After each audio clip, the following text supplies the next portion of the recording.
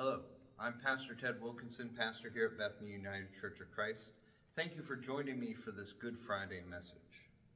Good Friday is a holiday where we remember the trial, crucifixion, and death of Jesus Christ. Now, as Christians, we are aware that this is not the end of Christ's story, but more like the beginning of the true story of Christianity. It is not necessarily a happy or joyous occasion, and so many, within the faith and without, wonder why we celebrate it, why there is a specific day to remember this kind of thing. But it helps us to experience something important in life, and that is the sad times, the grieving times, the times of mourning, and the times where we feel hopeless. And that is important because Christianity does not preach a message that can only be understood at the good times in life. You don't have to have everything going right for you to understand and to embrace the Christian message. Christ's message for the world was for all times of life, for good and for bad. Now, while the whole story of Jesus' trial, crucifixion, and death are frankly too long for this short little video, I thought I would touch on one of the themes that goes throughout the gospel, but an important theme in this story as well, and that is light versus dark. Jesus, throughout his ministry, used the metaphor of light versus dark in many ways, to show the difference between good and evil, right and wrong. And to us, we understand the concept of night, but in Jesus' day, it was a very different experience. They had no electric lights or cars or flashlights or even lighters to start up a fire pit if they needed the light. Darkness was a very real threat because wild animals or thieves or murderers could come at any time in the night, and especially if there was cloud cover and there was no stars or moon, it could become so dark you couldn't see right in front of your face. And so darkness was a very real thing that people had to experience, and a very scary thing for many people, especially if you lived far away from civilization by yourself. You never knew what was out there. And so Jesus used this metaphor of light versus darkness to sort of help us understand the difference between the good and the bad. He often referred to his own message, the gospel message, as a light that guides, or a bright city on a hill, or a light that you would not cover with a bushel. When Jesus preached, it was always in the daytime. He always wanted everyone to see what he was doing because he wanted to set an example. But notice in this story that when the high priest, his rivals, come to arrest him, it is in the dead of night to hide what they are doing. This metaphor continues into Good Friday as Jesus' body is put into the tomb on Friday evening just as the sun is setting. Literally, the world becomes dark when Jesus dies and is buried into the tomb. Now, while we can assume that obviously the sun rose on the next day, on Saturday, I'm sure someone would have written it down if the sun didn't rise for a whole day.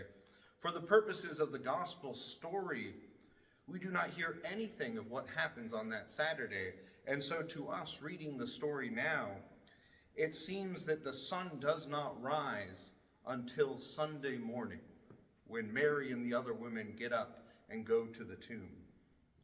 Quite literally, the gospel is telling us that the lives of those who followed Jesus, those who wrote the gospels, his disciples, his followers, were covered in darkness until Sunday morning. Now, when Jesus was arrested and tried, many of his apostles fled because they feared that they would also be arrested and brought to trial. Some ran from the city, some hid in the houses of friends and relatives. Now, we don't know what they did on that Saturday in between Friday evening and Sunday morning. Maybe some of them still went to the Passover festivities, which would have been taking place in Jerusalem. Maybe some of them just stayed home and hid or mourned. They had watched their friend and leader die on the cross, so obviously they needed time to go through these emotions. We just don't know because the gospel does not tell us. But what the gospel does tell us is that their lives were in darkness. It's using this dark versus light metaphor. And this was probably the darkest time of their lives, the darkest time they had ever known. Because no matter what had happened before this, after Jesus had called them as disciples, the apostles had always had hope. You see, even when Jesus and their lives had been threatened by King Herod after he had killed John the Baptist, or had been threatened by the high priest after Jesus overturned the tables in the temple, they had always had hope that things would work out, that God was on their side because Jesus was with them, because they put their faith in him, and as long as he was with them, they believed that they were going to be okay. And even after the resurrection, after Pentecost came and they could speak in all kinds of tongues, and they went throughout the Roman Empire and farther out into Ethiopia and to India to spread the gospel message, even then, when many of them were stoned to death by mobs or crucified by the Romans, they still died with hope and the knowledge that God was on their side.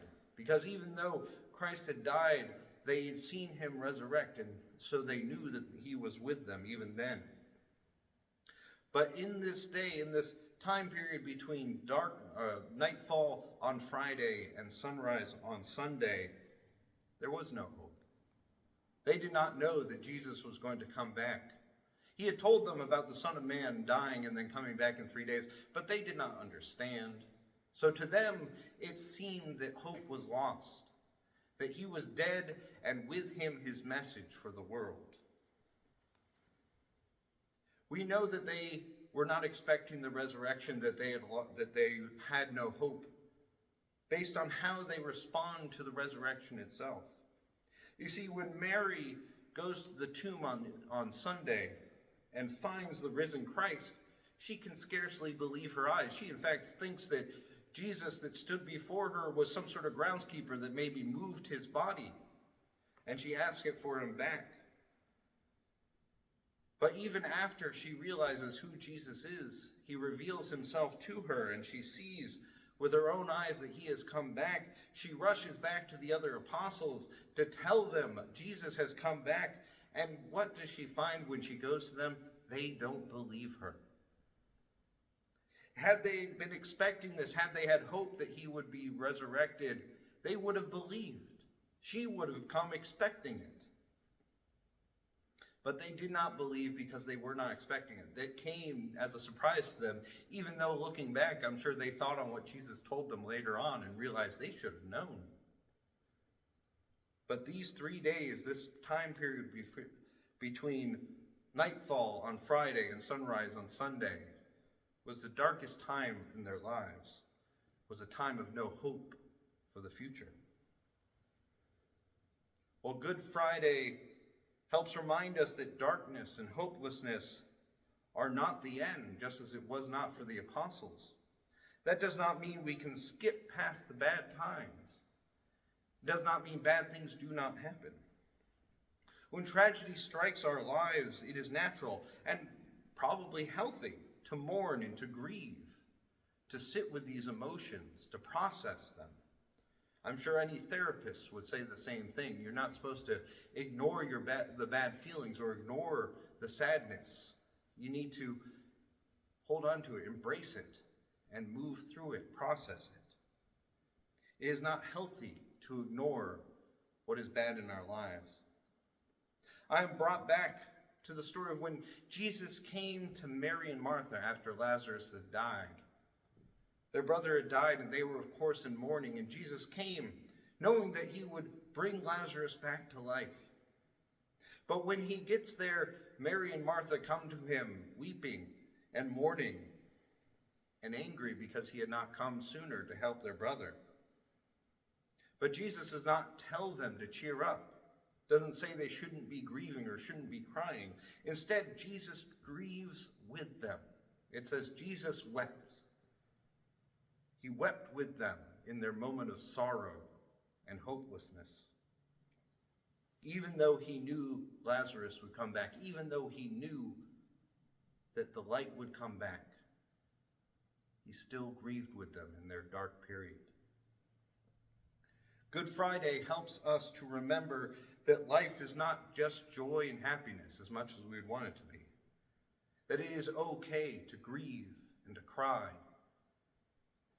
But it is also a reminder that no matter how dark things seem around us, no matter how dark the sky gets, there is always hope. That Christ is here with us through the bad parts of our life, through the trials and tribulations, just like he is in the good times. And even if we cannot see it, Good Friday reminds us that no matter how dark things seem, the dawn will always come, and light will shine in our lives again. So with that, I will thank you for joining me again on this Good Friday reflection. Please remember that we are doing a sunrise service here at Bethany at 7:30 a.m. and a regular service at 8:30. I hope to see you then. But until then, God bless and take care.